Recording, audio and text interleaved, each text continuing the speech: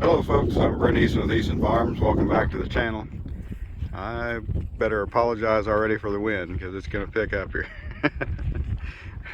Well, it's been a long time since I posted anything on YouTube. I thought I better catch a few minutes here, get something fresh up there, give everybody an update on how everybody's doing. So, the sheep and dogs are doing good.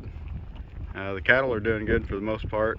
We've dropped a bunch of calves and still several of the cows left to go to drop calves yet, but they're all looking pretty darn good.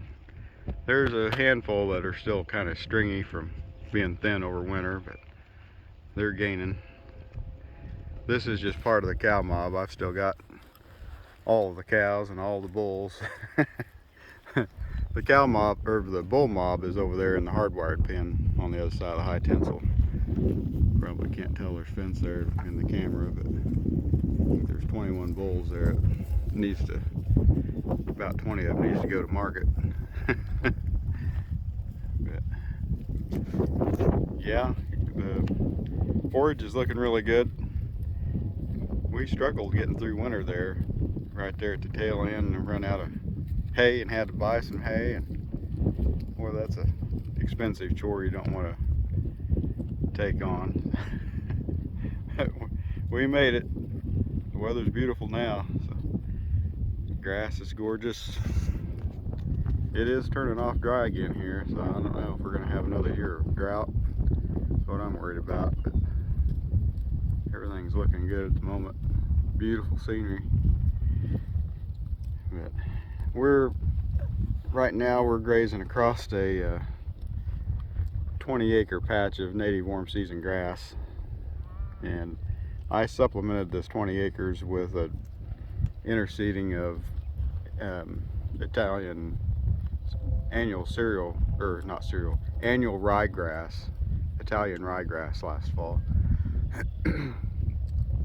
And at this point everything's grown up enough where it's hard to see it.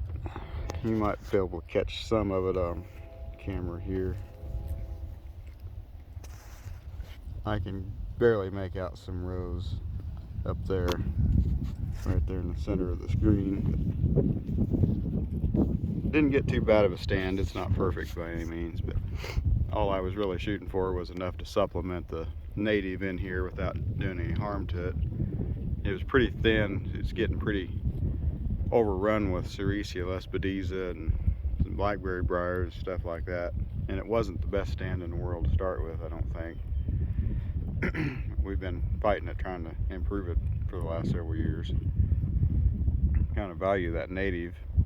It needs boosted in the cool season because there's just not much there, but you know, in the warm season, it's when it's decent, it's sure a boost to the grazing program. Kind of picks up and kicks into gear when everything else is starting to kind of fade back from hot weather. But yeah, this 20 acres, super handy, but it's just in a diminished state where it wasn't taken care of for years before we got the farm. Darn Sericea just chokes out everything.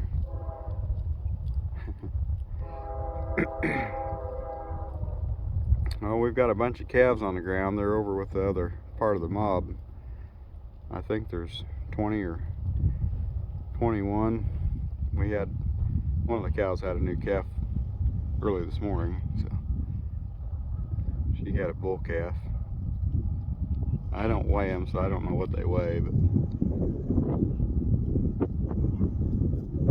and here comes our train. You can't start taking a video for any amount of time here without gosh darn train jumping in the middle of it.